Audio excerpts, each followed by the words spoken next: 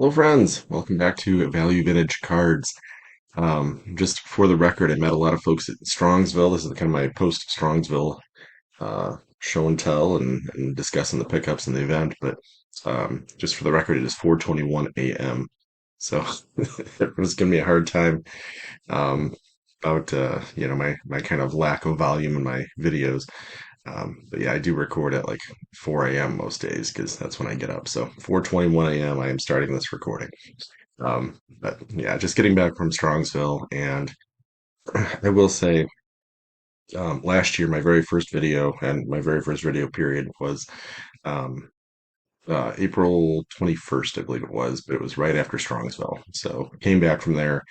I think Strongsville is different than every other show because it's not really the show that's the highlight.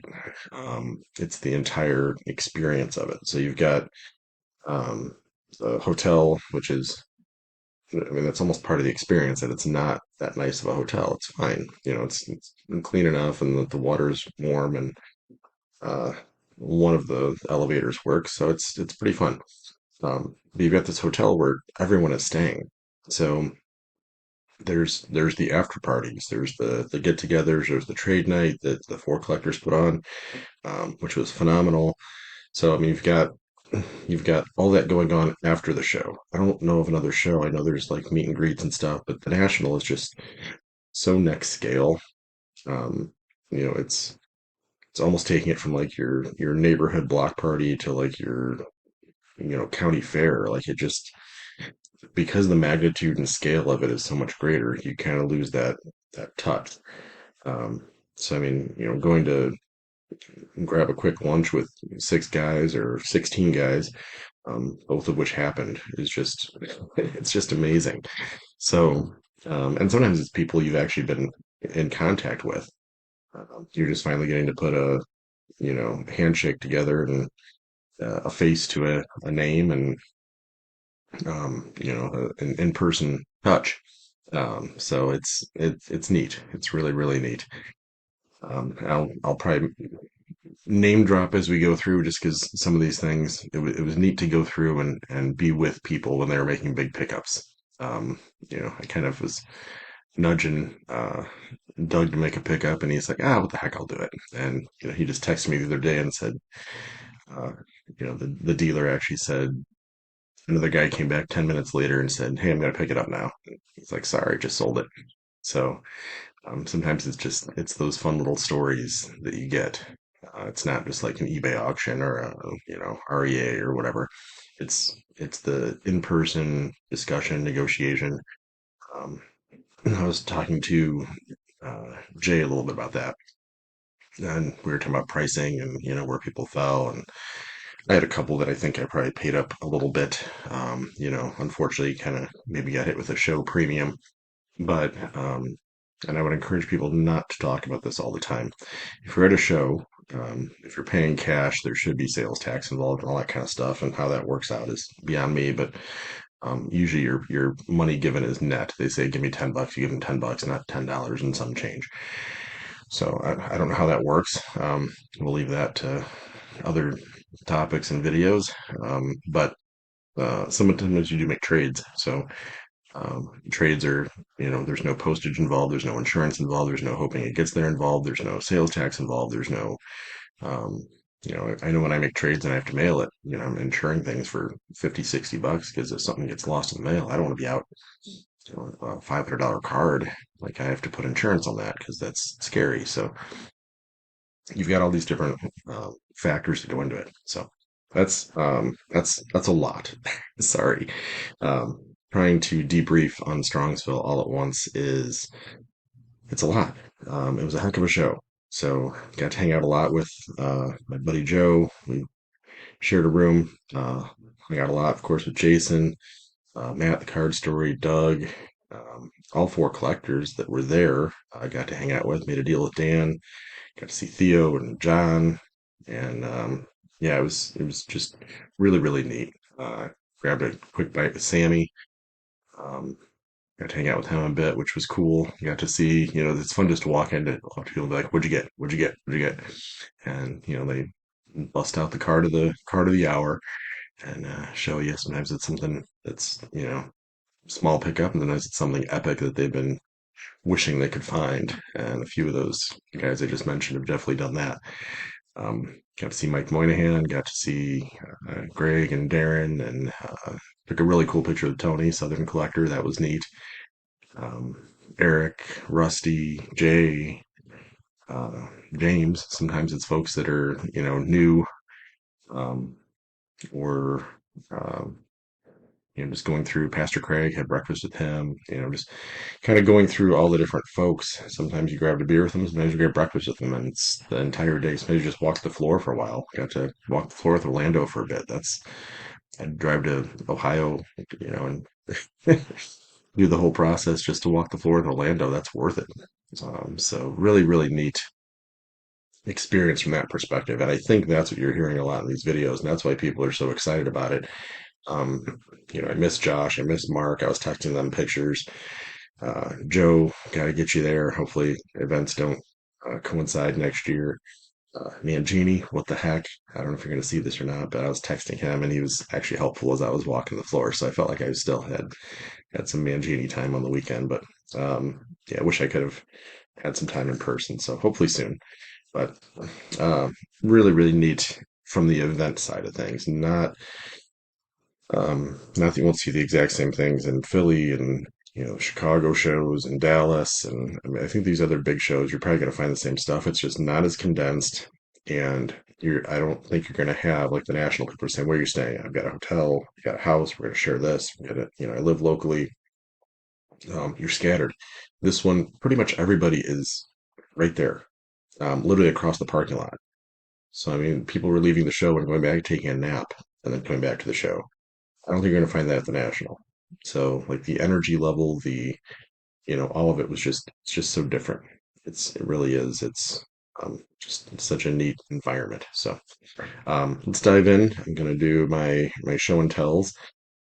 This will probably end up being a longer video just because I'm already at 7 minutes, and it's you know a few things to show. I think last year I picked up 5 things. This year I picked up more than 5 things. I'm going to start off with the stuff that came pre-show. So I had a few things that my buddy Joe had picked up. So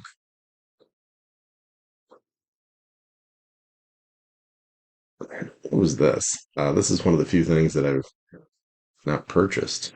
I think he picked that up in a lot and said, you know what, you've got to have that. So I'm gonna give you that. So I actually wore that for the show a couple of times. Um, Dale Murphy pin. So I actually got to wear it. So awesome. All things Dale Murphy. That's a great image of Dale too. So really neat. Last year I picked up an autographed Stan Musial piece, and this year picked up a ball, which I have very few autograph balls. Um, this one I needed to look up and see who that actually is. So if you know who that is, let me know. I don't usually buy an autograph ball that I don't know who the heck signed it. On this side, it's Brian Jordan, which is pretty neat. The main reason I wanted this was it is autographed by Stan Musial. And on the bottom, it is certified. So um, pretty cool. I don't do a whole lot of autographed baseballs, but Joe got it for a smoking deal, and as we tend to do when we know somebody's collecting a certain player, certain theme, we try and just kind of pass on. It's almost like you're buying it for them on hold. So I that's one of the best things of just knowing how folks collect is you just say, I picked it up. As auctions open, we start seeing all these messages. Matt and Doug, different folks will shoot me a text. Um, Josh does a lot on eBay. Okay, I saw this. What's up? Um, so a lot of fun. The other thing that Joe uh, passed on to me was another Stan Musial autograph. Only a few people saw this because this wasn't really like a Strongsville show pickup, but it was a Strongsville pickup for me. So it's Stan Musial sliding into Second base. Um, I mean, 99% sure it's Wrigley Field since they're playing the Cubs. And this was actually taken um, from one of the Chicago newspapers, but it's authenticated. So all these type photos, authentic autograph, super neat stuff. And also get a letter of authenticity with that. PSA, DNA, all the fun stuff. So it appears to be legit. Um, Here's what's really neat though. So this is a letter from Heritage. Let's see if I can read it off the screen, which is not easy. But if you look at Dear Collector, thank you for winning bids. Dan Musial collection sold this day. Great honor. You wish to own a memento of my grandfather's life, and I hope it will serve to enhance your own personal collection. I hereby attest the above listed lot derives from his personal collection, the personal collection of Stan Musial. So not only is that a Stan Musial autograph item, but Stan Musial actually owned that. So for me, being a Stan Musial collector, that goes in the epic category. So that's instantly worth, you know, something separate than dollars.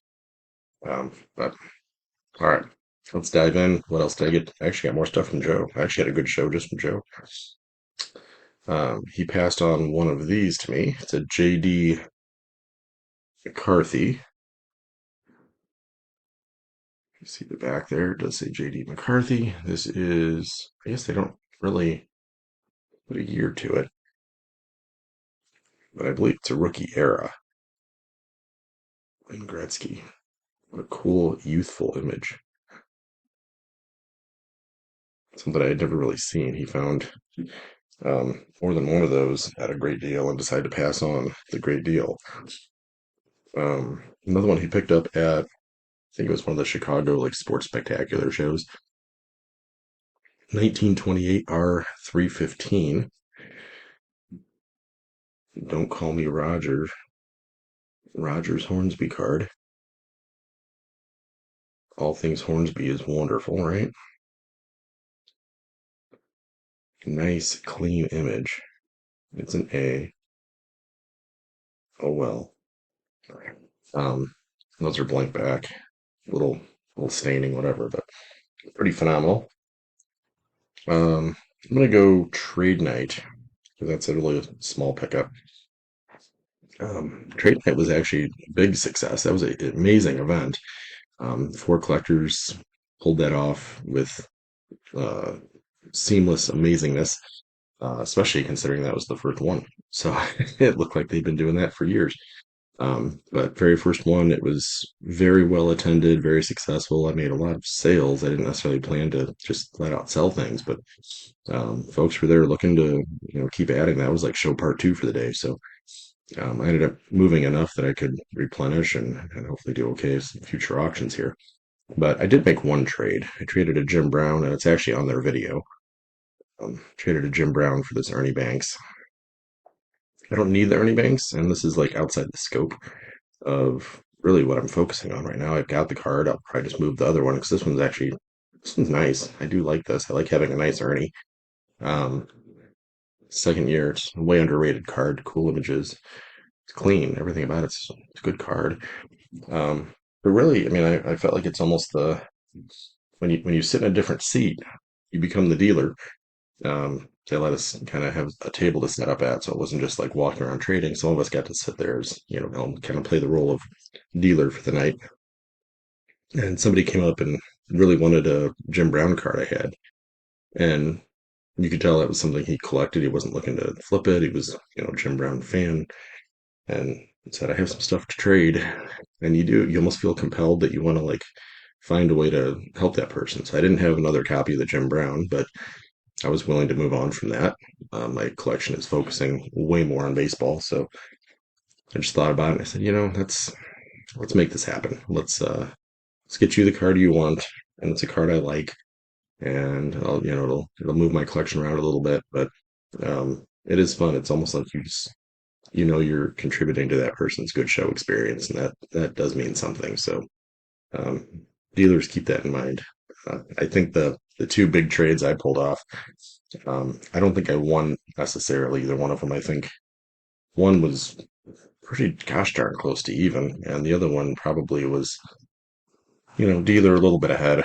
Um, but we made it happen. It was moving out of cards that weren't maybe the ideal copies, or some were duplicates, into cards that'll be forever cards for me. So that was a big part. I did pick up. Speaking of collectors with enthusiasm, um, Steven with a PH. We were joking he became a flipper with a PH. He bought this huge set, many, many cards from this set, and was moving them on.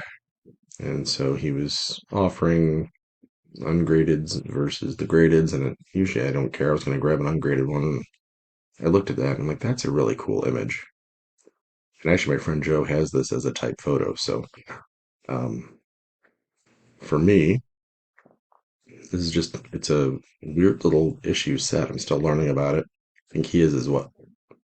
But this set is filled with really cool images. It's from '76. They made it look, they call it 47 Bowman because they're just making it look like that. But a really neat image of Ruth and DiMaggio together. So see a lot of those two paired. So I thought that was worth doing. The other cool thing of this one is it has the checklist on the back, so you get an idea of what's in that set. So between those two things, it's a nice grade. There's very few of them out there, so I feel like the grade's pretty irrelevant. Um, but yeah, I don't think that wasn't a huge deal, but it's a neat story and neat reason to have the card, and it was fun to see Steven's excitement of getting that set. Set had a Jackie, so of course that's his initial motivation most times. Um, all right, down to one, two, three, four, five things, six things really, but it's five deals. The very first card I bought, I actually just lost this one at an eBay auction in a two. And so when I saw this was literally dozens of dollars more. Um, Folk laugh when I use that term, but it was dozens of dollars more than the two went on eBay by picking it up directly from a dealer. So uh, this will be the focus of a future episode talking about do people like playing cards. There seems to be a little bit of a stigma on this, and I think either good, keep not liking it because I do, or is this ready to boom? Are people going to eventually say like, "Oh, why were we ignoring this set? What's wrong with us?" So I want to talk about that a little bit in a future video. This is a 1913 national game, but I mean, take a look at that image. Why are we not loving that? Is it because the back looks like a deck of playing cards? I mean, really? That's going to hold me back from having this amazing Walter Johnson. And these don't go cheap. They're not like $200 cards. There's some bucks, but um, I mean, a T206 and a four would be a monster card. This thing in a four, and these tend to not get damaged. So, I mean, you'll see those in sevens and eights and stuff. Of course, I'm looking for twos and fours because really, the difference between a four and an eight on that is not dramatic to me. Very enjoyable. So, very happy to have a Walter. Always looking for Walter Johnsons. I'm going to jump to my last pickup of the show. Walking around, this is one that I also just missed on eBay. I was in on one and it ended up going a little stronger than I thought. And there's not a lot of these around. It's a 1937 Gaudi wide pen.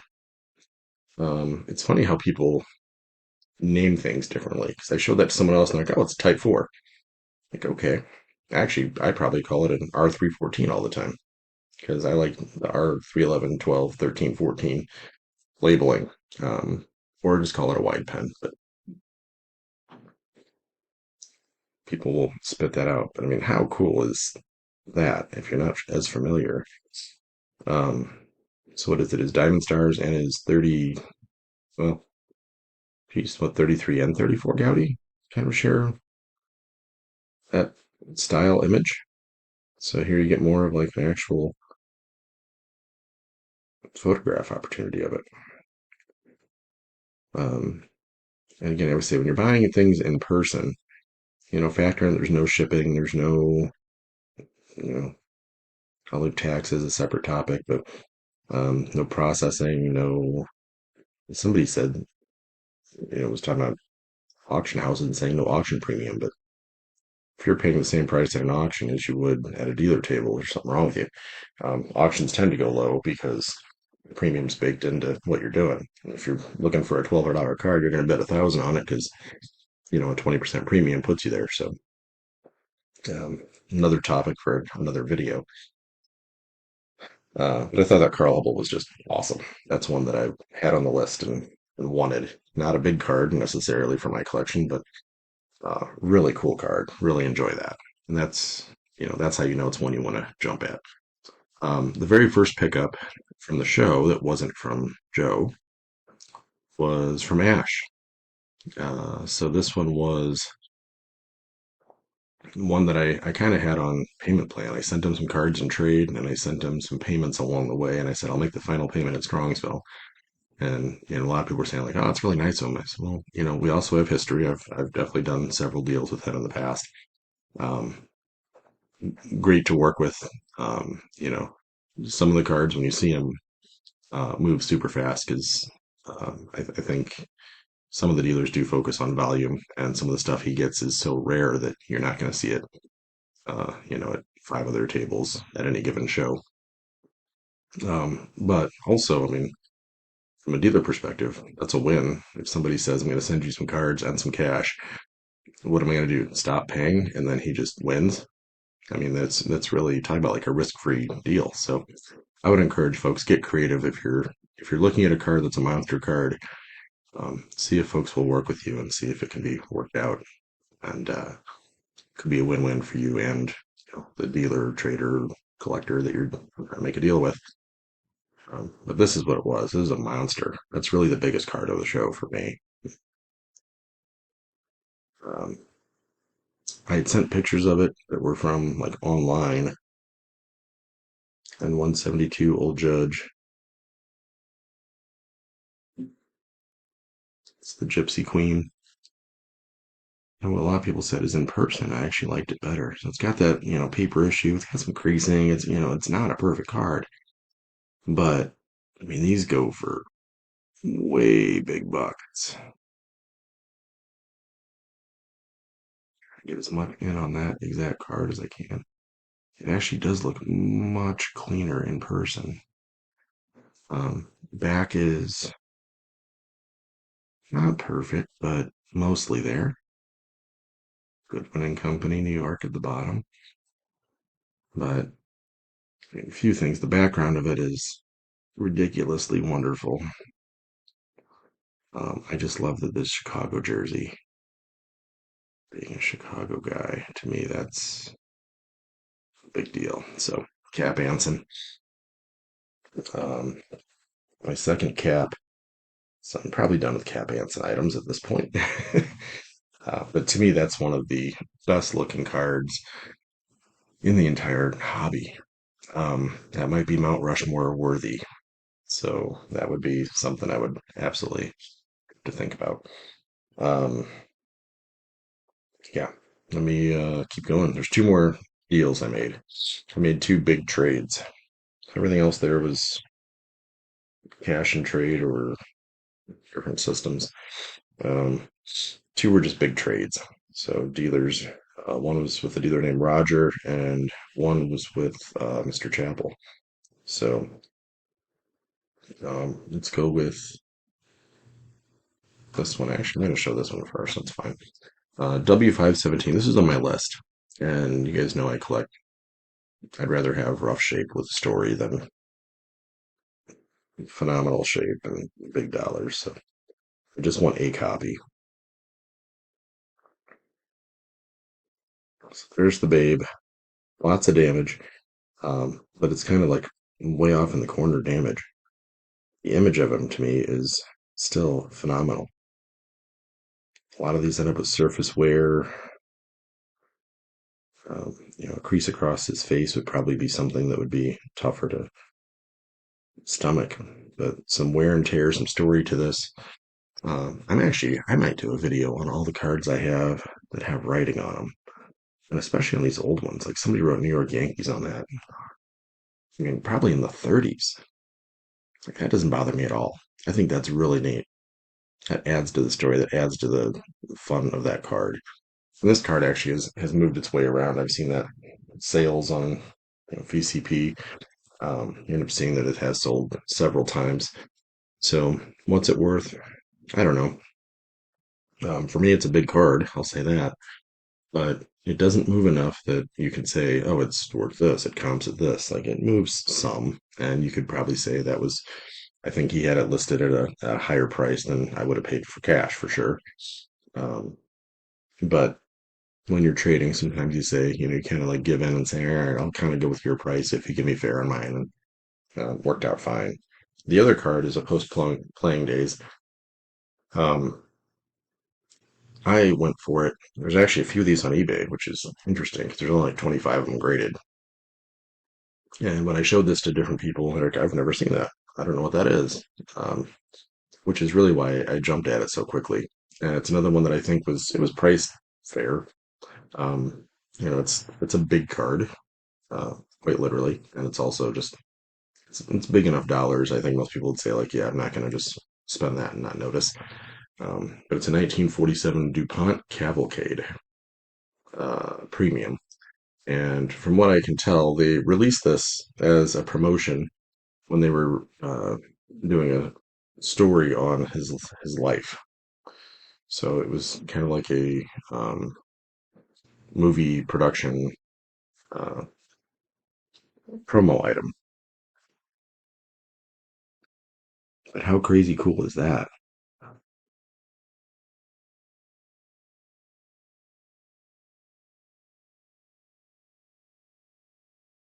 Absolutely love that. So neat image of the babe. That's an image you don't see all the time. In fact, I'll have to take a look. I think that's on a strip card maybe somewhere. I'll have to do some diving. And if anybody knows if it's on, set XYZ, let me know. That'll save me a little bit of scanning through.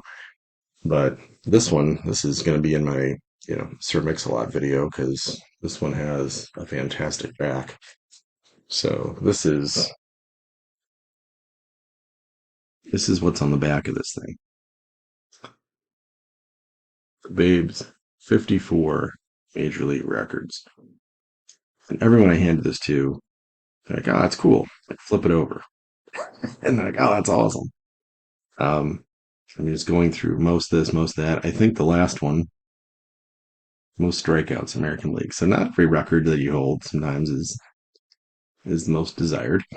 This is all the records he had as of this print date, so in the 40s, late 40s, 47-ish. Um, I love stuff like that. So neat item, unique, and again, it's the story, right? And then this one was a last one was a big trade. So I got rid of four cards that were all tops Bowman, right? No, two Bowman, a tops, and a Burke Ross. If you valued him the way I would have, and he said he would have come down to about X in cash. Like we were very, very close in value. This is the one that, and I think his cash price, um, he said again, not everybody looks for these. In fact, he's had it for a couple of years. Not everybody looks for them because they're oversized, so they're a little tougher to move. It's tough for them to pack up, so that was part of the advantage. So if you're at a show, look for oversized stuff. Dealers don't have to pack it up and store it and take it back and ship it. It frees up a lot of space for them. Win for you. So see if you can unload that from their collection. But this thing I think is Man, Cashin was on my list. This set is maybe a third the population of Cashin. It's W554. Same images, I think. Maybe all the way through the set, maybe not, but at least most. Um, but this one is definitely the same. But for me,